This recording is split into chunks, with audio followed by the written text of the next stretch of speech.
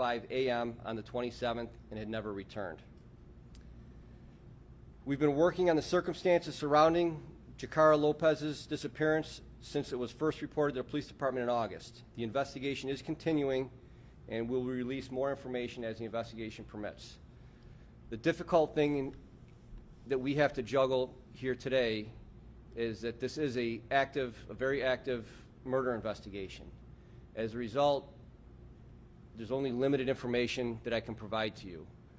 And the juggling act is the fact that, you know, we need help from the public in all cases, and especially a case of this nature, but there's also information that we have to hold tight to the vest to, you know, protect the integrity of the investigation. So I will try to answer a few questions on this. I'm sure that there is a bunch, and we'll try to balance out what we can release and what we need to hold tight to the vest on that. Frank, if you could, she was last seen leaving her home in a car. Have you recovered the car, her cell phone, any additional evidence beyond the body?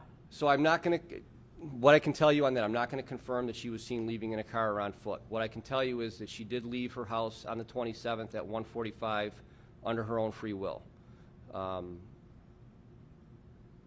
There has been some evidence, you know, that we have collected up to the point that we're at today, but I'm not going to confirm if she was in a car or she was on foot, and I'm not going to tell you exactly what we have recovered as of right now.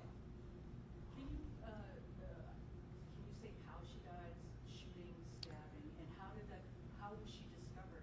I think it's in a wooded area? Yes, so as far as the manner of death, I'm not going to disclose that, because right now there's a very limited number of people who know how she died. So, you know, when we pick up a suspect, he's going to know that, and that's something that we need to hold tight. Everybody's worried about false confessions, and that's one of the ways that we can ensure that we don't get a false confession, if you will.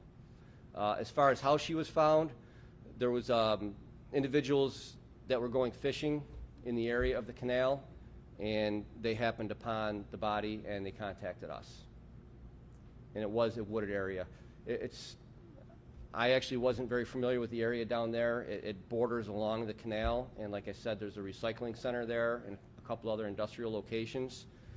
There's an old set of railroad tracks, and it was in that wooded area back there. Quite frankly, we're rather lucky that we found her when we did. How long do you think that she had been deceased for? She had been there for quite some time. I'm not going to pin it down at this point, but you know, at least over a month. At least over a month. Do you know if she died within the day that she disappeared, or? Again, that's one of the things I'm not going to disclose at this point in time, and I apologize. We do have a good idea of when, but that's not something that we're going to be able to talk about. Clearly, this is a very sensitive investigation. Yes. And as you mentioned, just the juggling. How can people help? And just you mentioned too, just these false confessions. Mm-hmm. You know, how does that play into this? And how can people help? It seems like the community really wants more answers than everybody. Yes, they do. And anybody that knew Jakarah and has any information at all needs to call us. Anybody that knows what happened to her, please reach out to us. There may be a point in time where there's additional information that we can release, such as photographs or videos, but we're not at that point in the investigation right now. You know, but if it's the goal of my team is to find the person that did this and make sure that they're held accountable for that. So everything that we do between now and the time that we make an arrest, we have to be very careful. So if it's appropriate, then we're going to release more information, which may include photos, videos, stuff like that. But right now, anybody that has any information, somebody knows something, right? Somebody knows something. And that person has to find it inside themselves to call us. Put everything else aside, call us, and give us the information that we need. Do you believe there is one suspect here? And her best friend mentioned to us, and I think there was a vigil held on the corner where her phone last pinged, Mm-hmm. which so Clinton and Andrews. Clinton and Andrews. So, is that sort of where your focus is? We have several locations that we're looking at, and we've been working this case since the beginning. We really have, and There's several locations throughout the city that we are actively looking at. There's several locations throughout the city that we've been looking at, since this occurred at the end of August. Specific addresses, not going there right now. One suspect or? Don't know. At this point, we don't know how many people are involved in this. We don't. What made you think that she would be in danger early on? It was, I think a press release that Mhm. said she's considered her to be in danger. We have, right now in the city of Rochester, we have over 60, I think the exact number is 63 missing juveniles. It's extremely difficult to separate the runaway kids and to the true missing children who were abducted. Thank God in this community, at least right where we are, I know we just had a horrific case not far from here, but thank God in this community, random abductions are extremely rare, okay? So there was just things in this case, although, and I know her mom has spoken to the media and provided some information on her. Although Jakarah was going through things that young kids go through, it was uncommon for her to stay out of contact for a 2-day period with her family. It was uncommon for her to be off of social media for that length of time. So, after 2 days where they did not have any contact with her, then, the alarm bells went up and they called us. Now, there was some ransom threats that were made or text messages that were sent early on in this investigation, but, with the assistance of the FBI and other areas of the country, we were able to debunk those. That was just, idiots out there seeing that this girl was missing and trying to take advantage of the situation, and there was actually no truth to those ransom rumors that came about. So, each missing juvenile case is unique in and of itself. I can tell you that, there was a lot of work done on this one because of some of those circumstances that came up right away, and, that's kind of why it was sent out at the time that it was. If we have 63 missing juveniles right now. Can we send out alerts on all 63 of them? No, right? What are you guys going to do if you're getting, 2 alerts a day on these? Nobody's going to pay attention to them. So another delicate balancing act is trying to siphon through the runaways, if you will, and the true kids that are endangered or were taken, not on their own fruition. That ransom text you talked about, is that why you're a little more apprehensive to reveal details now? No, honestly, that was complete garbage. Did you ever run into something like that, Casey? Unfortunately, yes. You have scammers out there to try to take advantage of people in vulnerable positions, so that's not uncommon. The reason we're somewhat guarded with the information, again, is there's information that only the killer is aware of. And, as soon as we share that information with everybody, that's no longer a card that we have in our pocket that we can play, when the time is appropriate. So it's tough, and it sucks because I know people want to know as much information as they can, and believe me, we want to provide as much information as we can, but we have to, walk the tightrope.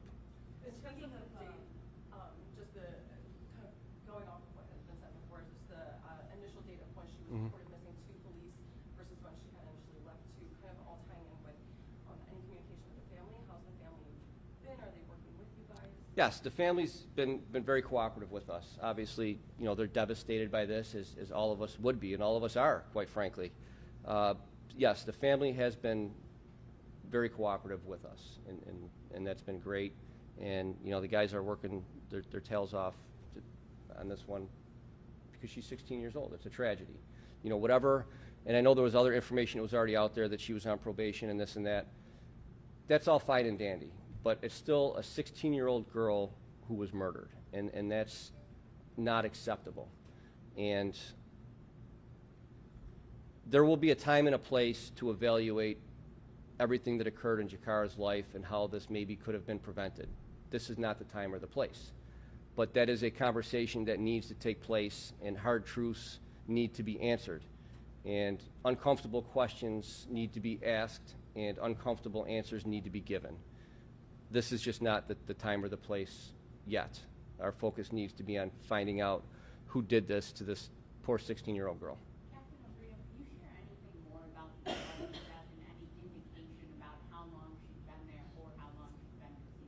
The cause of death, I'm not telling you at this point. And she's been there for at least a month to 2 months. I'm not gonna. We have a good idea, but I can't share that with you right now. Would it have made a difference to your investigation if she had been reported missing any sooner? I don't think so. Again, we have 63 missing kids right now, and especially we have a lot of those kids have other issues that they're dealing with, and it was not. No, I don't think that it would have helped us. Have you changed at all with 63? With 63 missing children, many of their families might see this story and think the worst.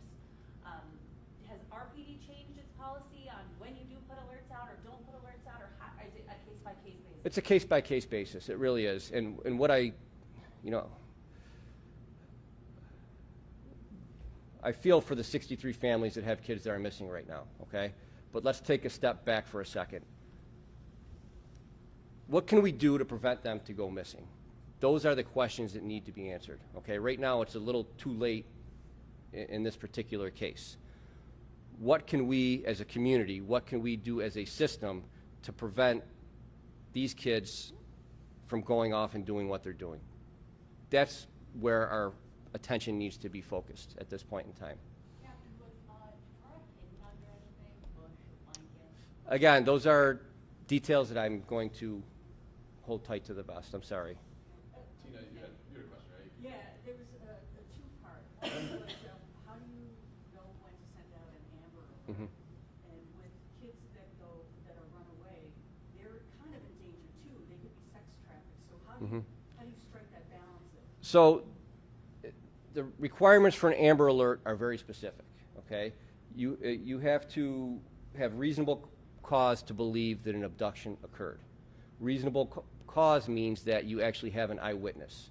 If you don't have an eyewitness that an abduction actually occurred, what you need to do is you need to eliminate all the other factors that could be behind that child disappearing.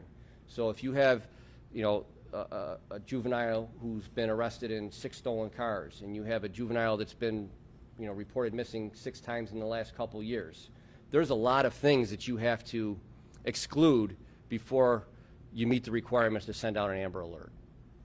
Does that answer the question? That question. And then with the, you said obviously you can't because people would just be Oblivious to it, yes. But runaway kids are also in danger, Mhm. especially of being sex trafficked. Yes. So how do you strike that balance of? So, yeah, that's a difficult question, and that's I can't answer that in a 30-second soundbite. You will oftentimes see us sending out missing person bulletins for kids. So we do the best that we can to balance it. Is sex trafficking of minors a problem? Of course it is. Absolutely it is. Again, and I don't want to jinx us and knock on wood, but we have been fortunate in this community up to this point where we haven't been faced with somebody who's been abducted and sex trafficked and found murdered. So we have to evaluate each case on its merits, and it's a lot of work, and I think most times we get it right, and hopefully we continue to get it right.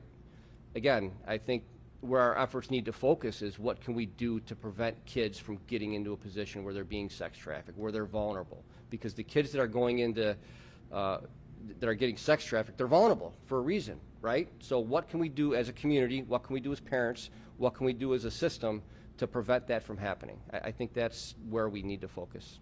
Captain, where were officers predominantly searching, and was this area part of that? There was multiple different areas that we were searching, and we've actually utilized drones and other means to search areas prior to her being found. As far as to where, not going to get it. Thanks, everybody. Okay, thank you.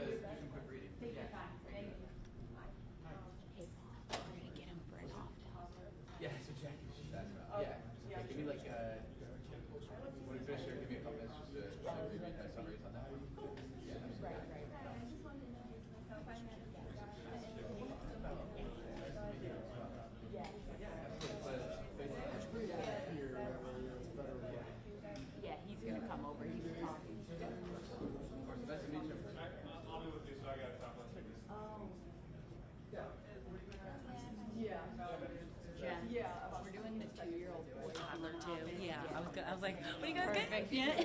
That's fine. Hey, we're doing the 2-year-old if you guys That's want to why, hop yeah, in. I was- Perfect.